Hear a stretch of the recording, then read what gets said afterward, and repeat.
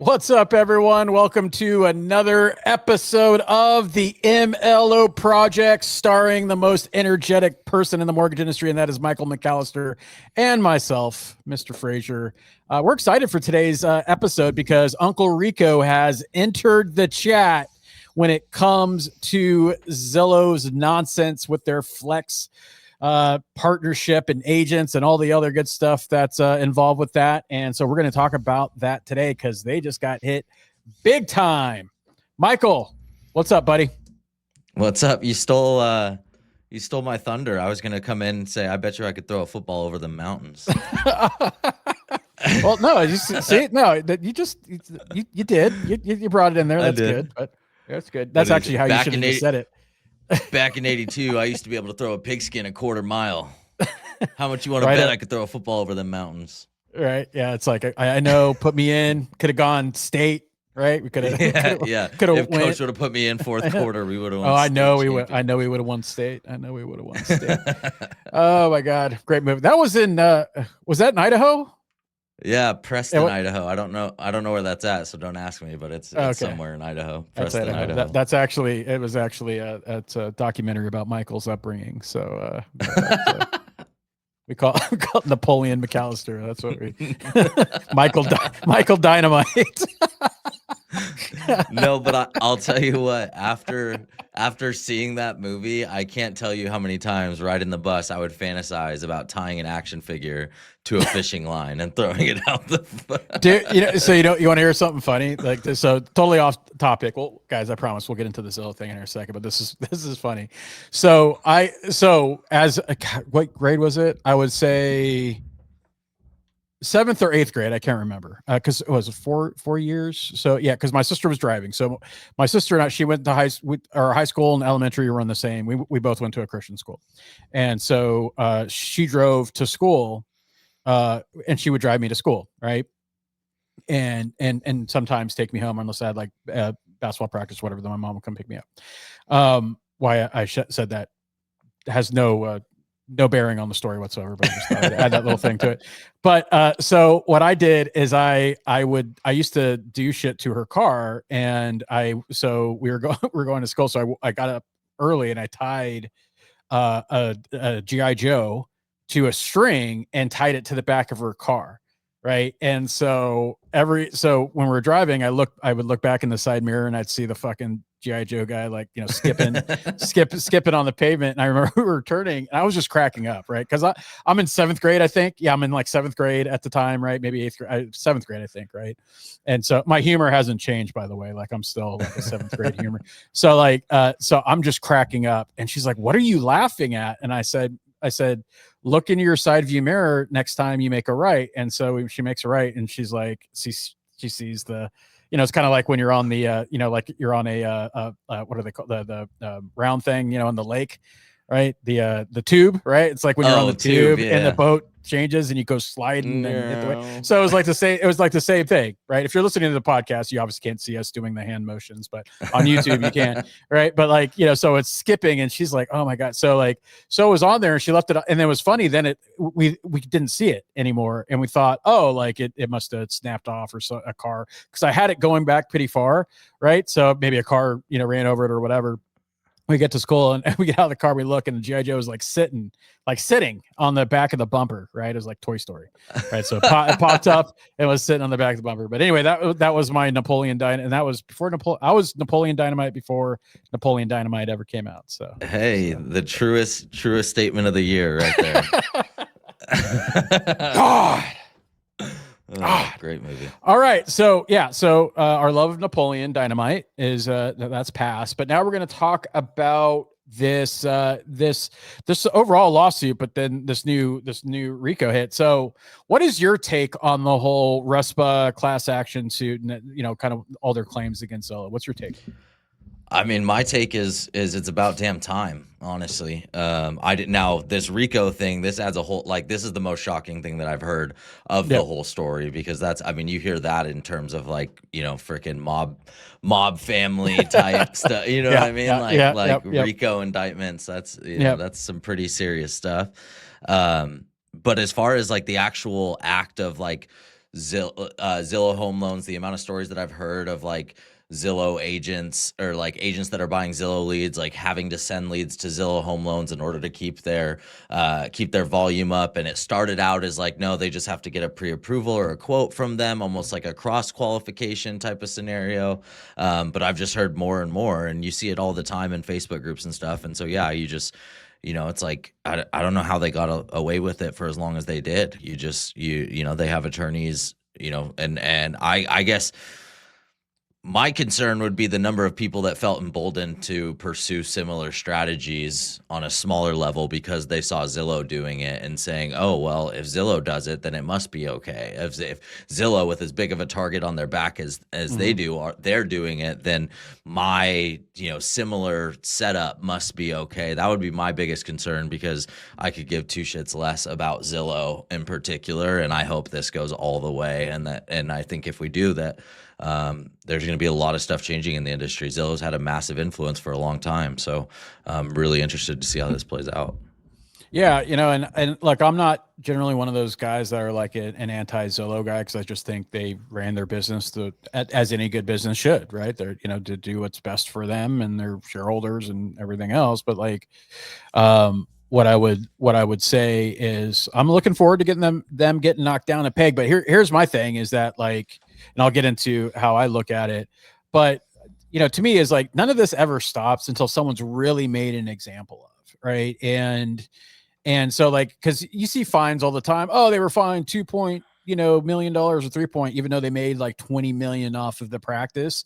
So it's just it's just like the cost of doing business, right? It's almost like insurance, right? You're like, oh, look, I'm going to make 50 mil from this in revenue, but I know I'll probably get fined and whatever, and so I'll end up being like 5 million. Either it's going to be a drop in the bucket comparably to all the other things that are made. To me, it's like when this shit happens, like, hey, if you really want to make an impact, pull their approvals to sell to Ginnie, Fannie, and Freddie. You know what I mean? Like, don't let them originate government loans, or don't, things like that actually truly affects their business for, kind of like in the NCAA, like that's the death penalty, right? Like, what was it? The SMU, it's the death penalty where you can't go into bowl games. You can't recruit, you can't do all the things that you need to do until you get one of those from a lending side. Nothing's going to change, because everyone's going to just pay whatever fine there's going to be, because they know they made a lot of money in the long run. Now, notwithstanding, there are some people that are maybe playing the game like that don't have a lot of money, so a big fine could absolutely hurt them.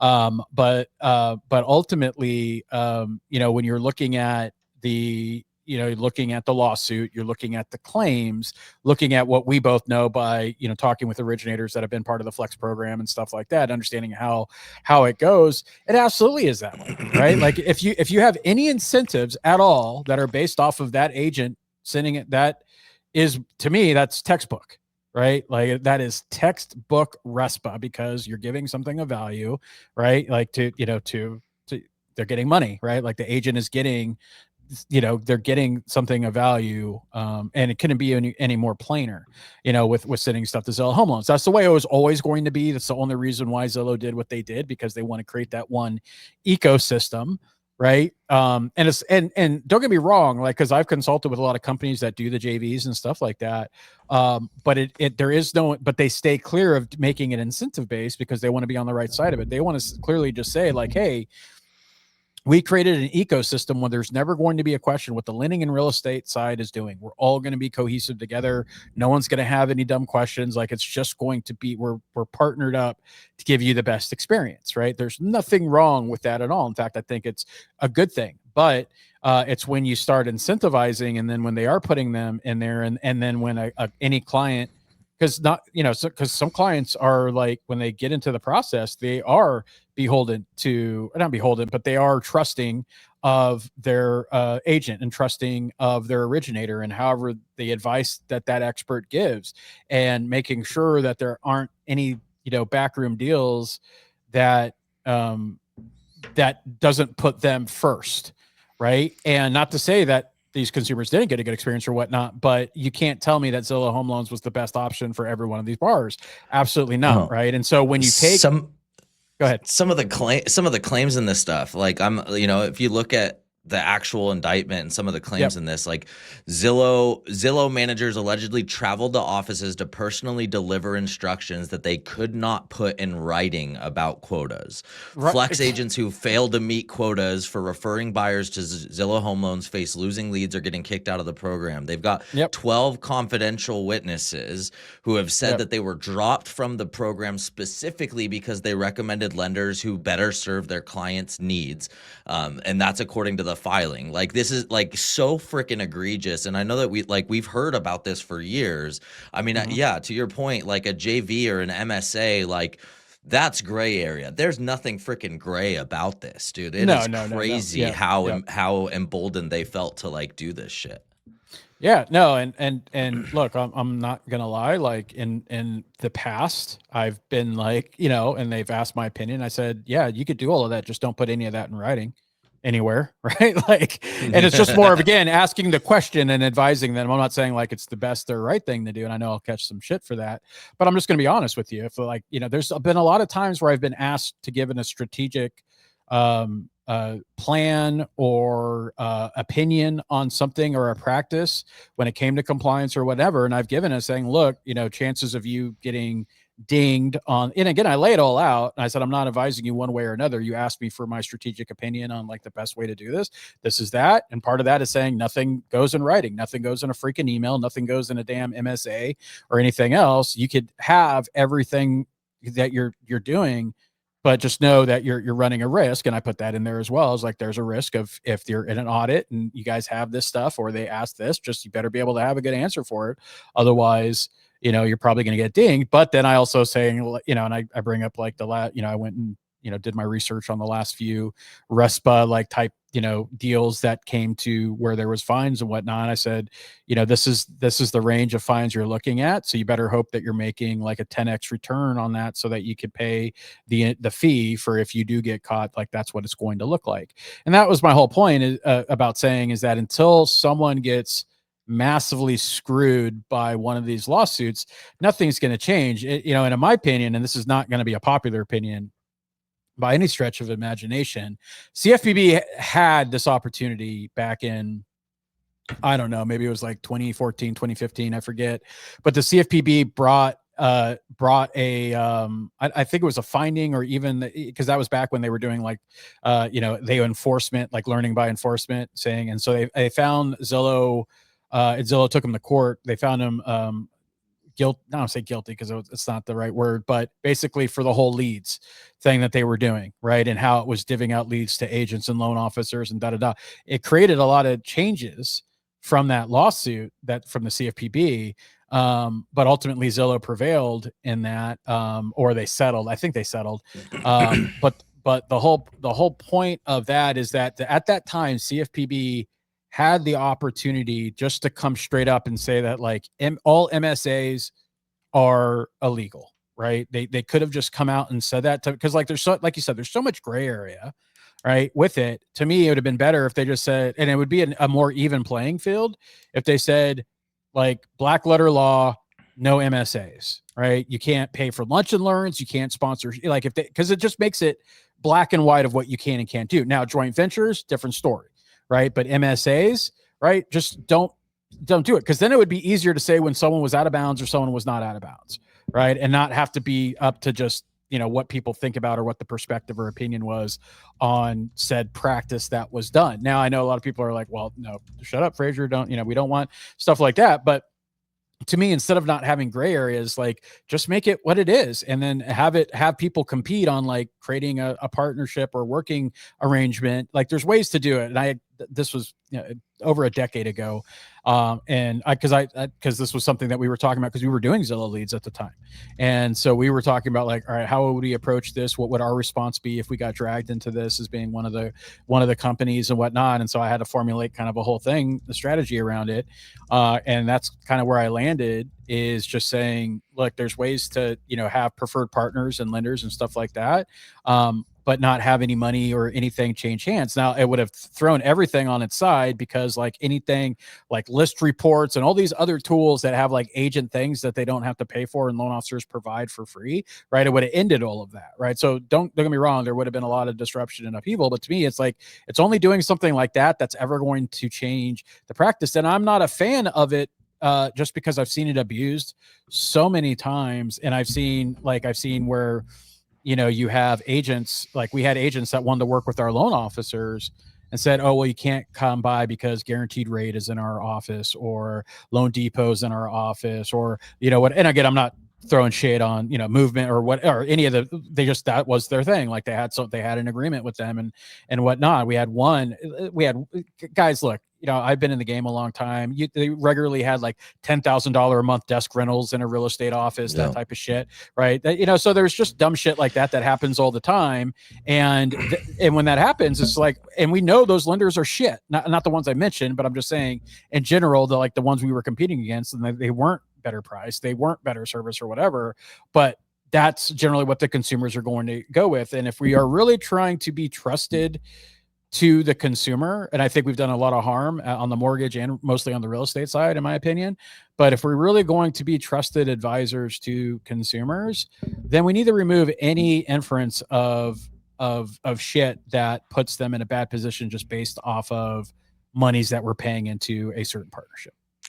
It's tough though, because like so I'm doing like a little bit of like GPT and Google research here while you're talking about this, and I'm like, what other industries are kickbacks illegal? And it's, you know, healthcare and government contracts are two spaces where they're supposedly illegal. But if you think about those two industries, like those two industries deal with just as much of this like skirting the rules, or not, maybe not skirting the rules, but gray area, as we do in the mortgage industry. Like, you know damn well that healthcare companies have, you know, joint marketing budgets and consulting agreements and stuff with pharmaceutical reps, and it's probably harder to track because you don't have to be licensed to sell pharmaceuticals, from what I understand. Like it's not the same thing as being a licensed loan officer. So like we do have, you know, same thing with like government contractors and stuff like that as well. Like there's just so much potential for gray area in industries that I would argue are more susceptible and like more at risk of screwing over the consumer than even the mortgage and real estate space. So it's like, how do you nail that down? How do you put these boundaries around it? Because anytime you create more regulation, from my experience, all that does is it makes it so that the companies with fat like budgets and these massive like attorneys that they contract, like they're able to find the loopholes, and the day-to-day like people aren't. And so, you know, I agree. Like I would like from an ethical standpoint, like I wouldn't want to do it, because it's pretty freaking easy to see in business that like your marketing budget is going to influence your pricing. And if your marketing budget is not actually marketing to the people that use your product, it's marketing to people that are in a position to refer you, that to me is where it kind of crosses the line. And are there situations where you can actually co-market with a real estate agent and actually share expenses? Sure. Like I definitely could see that, where it's not, like where it doesn't cross that ethical line. But to me, that ethical line is really hard to define. It's very subjective. It's going to be really hard to enforce. And it's not something that's unique to the mortgage industry. I think that we see this in, you know, healthcare and government are the only two other industries where this is regulated. But if you think about any other, industry, like kickbacks aren't even like looked at negatively. They're not even looked at like in an ethical gray area. Like I was talking to somebody, I was talking to my electrician who's like, oh, you know, he's not my electrician. Actually, this guy's crazy impressive, but he's an electrician, like a union electrician locally. And he's also the like farmer or the rancher that like uses our acreage to graze his cows, basically, right? And so I was talking to him, and he's like, yeah, I want to get out of being an electrician or you know, working for the union. I want to go out on my own. And I'm like, cool, what's your plan from a marketing standpoint? Like, I know that electricians are in really high demand. You probably don't have to do all that much. He's like, oh yeah, super easy. I just go and take my my business cards and go to a local pool supply company and a local, whatever, a hot tub company that needs wiring up hot tubs. And I come by and I drop off some business cards, and one of those business cards has a $20 bill attached to it, $100 bill attached to it, and imply there's more to come where that more to come where that came from. And it's like, and that's not even looked at as like immoral or unethical in other industries. And so like in our industry it is, and I understand why, and I understand why it would be in government and in healthcare, but how the hell do you change it? How do you regulate it? When even healthcare and government, like, they have rules, and those rules are skirted all the time through these like legal gray areas. Yeah, well, when it comes to stuff like that, there's a saying. It's like money in politics. It's same thing with things like this. It's water on pavement, meaning that it's always going to find a crack, right? Water's always going to find a crack to get through, and so is money. And so, but that's specifically why these things are worded the way they are, is because so that there is enough gray area for people to at least, skirt around, so something could happen, and then until there's enough of an uproar, and then people do it. But that's my whole point, is like, I think this goes to the spirit of RESPA, because sometimes it's like, what I didn't enjoy is like when there was RESPA, because to me it's like, look, the problem I have with RESPA in general, right, is, and I'm kind of going the other way now, is my problem with RESPA isn't really the gray area or anything else, but like it doesn't take into account just the one reality of this, and that is the only reason why lenders and agents do anything is to make money and get business. Meaning, like, the only reason why a lender wants to sponsor a lunch and learn, or sponsor an agent event or an open house or anything, is to get fucking business, right? Like, so like, and that shit's fine. You know what I mean? That's completely legal. So the only reason to do it, but then RESPA is all about like, well, now I get when it was, and I think it was like in the late 70s or whatever, when RESPA 8, the section 8 was like codified and whatnot. I could be wrong on the dates, but I think it was in like the late 70s, maybe early 80s, somewhere around there. At the time, I get it, because it was straight up like, hey, agent, send me this lead and I'll give you, 5,000, whatever it was, right? Like, there was just straight, like, under the table, over the table, cash for, for referrals. Right. And so I get that piece of it. But like, to me, it's like, look, if you're having a partnership, there's nothing wrong with like sponsoring a lunch and learn. There's nothing wrong with like sponsoring an open house. Like, but the only reason to do that is to get freaking business. It's not like, right. Like, it's not that agents and loan officers are in love with each other and just want to like always want to hang out, right? Like, I'm sure, and don't get me wrong, like, I know I have great agent lending relationships. I know how that can become like friendships and connections and real partnerships that I think are good for the consumer, because both of them are quality. But if I'm being real about it, if I'm just looking at it from like a logical standpoint without having any opinion whatsoever, or any like exposure to one side or the other, is that like the only reason you do that isn't because like I'm a nice guy or a nice girl. It's because I want to get business from that agent, right? I want to get more leads from that loan officer. I want to get more leads from that real estate, whatever it is. There's a business want, a revenue opportunity with that. And so just to have some of them be okay and some of them not, at the end of the day, it's still the same by the spirit of RESPA, meaning anything of value, which is like pretty much everything, right? Anything, it's all value, right? Like, all of that stuff is valuable. So anything of value for a referral, right? And so like, to me, is like, either go all the way or not at all, right? Don't dip your toe in this and half-ass this and then leave it up to interpretation by auditors. Some states more strict than others. And so that's my whole point, is like, you could clean this up today if you wanted to, and it just wouldn't just like, hey, none of this is okay any longer, right? Like, none of this is okay. That's what I'm saying. Like, none of what though? Like, okay, so let's walk that, let's walk that down the path. Like, they say quid pro quo, like, we're enforcing 100%. You cannot do that. Okay. Well, what happens, like, what if, I mean, a legitimate co-marketing arrangement, in my opinion, under these circumstances would be one where my expectation is not that I'm getting referrals from the real estate agent, but that I'm actually placing myself where buyers are so that buyers can approach me.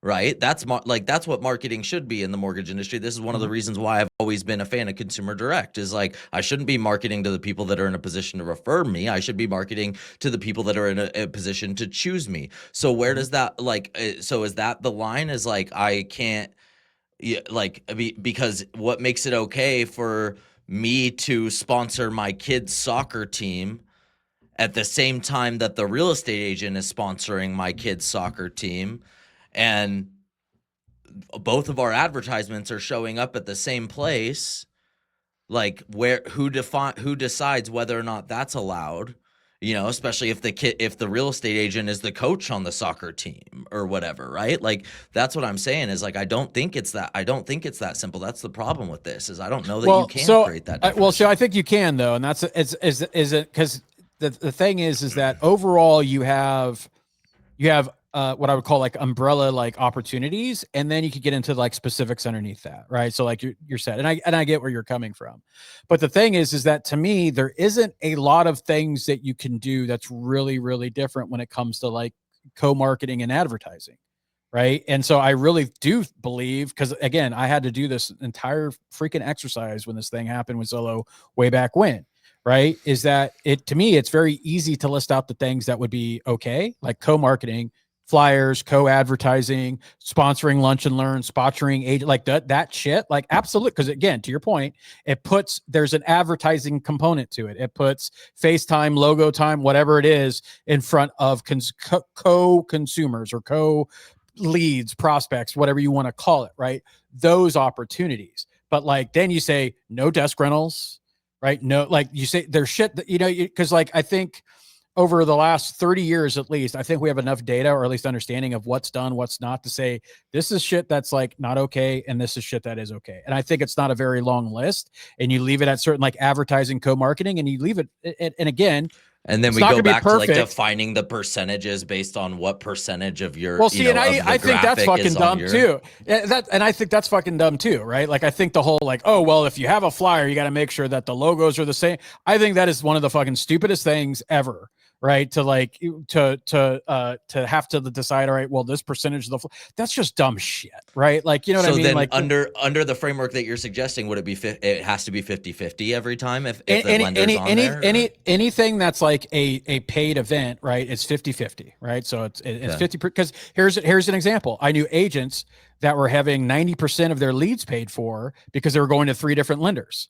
Right. And then that got shot down. This was part of the whole Zillow thing back in the day. Then they stopped doing that. But that's my point, is that like, it's very simple. Everything's 50-50. Right. But don't get into the details of like, well, the flyer, the logo can't be a certain size bigger than, because it's just, again, now it's shit that doesn't affect the consumer one way or another. You know what I mean? And I think it would be a very easy list. And again, because I've already done this exercise, right? And I actually came up, I was like, let me come up with all the freaking ways that I know of things that are done, things that are not, the things that we would say like shit that we don't like preferred lenders with an MSA. No more. Right. It's like, put yourself in front of it. And to me, if I'm an agent, if I'm a broker, probably not, because I'm losing some money on this stuff. Right. But if I'm an agent, that means that everyone is in play. Right. If I'm going to create partnerships and relationship, that means everyone's in play. And if I'm an originator, that means everyone's in play, because there are no MSAs anymore.